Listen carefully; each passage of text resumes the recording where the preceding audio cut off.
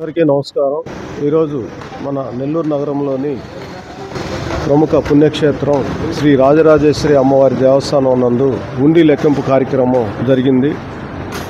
మే నెల 14వ తేదీ నుంచి ఈరోజు వరకు వచ్చినటువంటి అమ్మవారి కానుకలన్నీ లెక్కబెట్టడం ఇప్పుడే పూర్తయింది. కరెన్సీ వరకు డినామినేషన్ అయ్యగా 32,50,000 వచ్చింది. కాయిన్స్ ఇంకా లెక్క పెడుతున్నారు.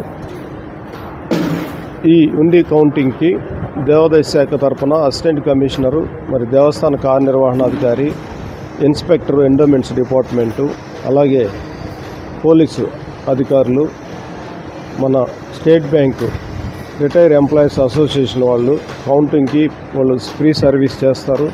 అదేవిధంగా వాలంటీర్సు, దేవస్థానం సిబ్బంది, దేవస్థానం అర్చక స్వాములు వీళ్ళందరూ కూడా పాల్గొనడం జరిగింది. ఈ నెల 22 నుంచి అక్టోబర్ 2 వరకు జరిగేటువంటి నవరాత్రి బ్రహ్మోత్సవాలకి దేవస్థానం వద్ద దాదాపు ఏర్పాట్లన్నీ కూడా పూర్తి అవుతున్నాయి.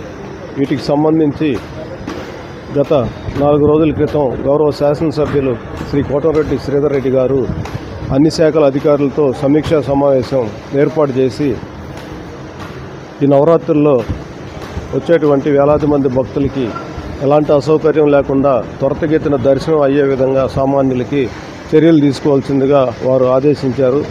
వారి ఆదేశాల ప్రకారం, సూచనల ప్రకారం అన్ని శాఖల అధికారుల సమన్వయంతో బ్రహ్మోత్సవాలకి విజయవంతంగా ఏర్పాట్లన్నీ చేసి సక్సెస్ చేస్తామని చెప్పి తెలియజేస్తున్నాను.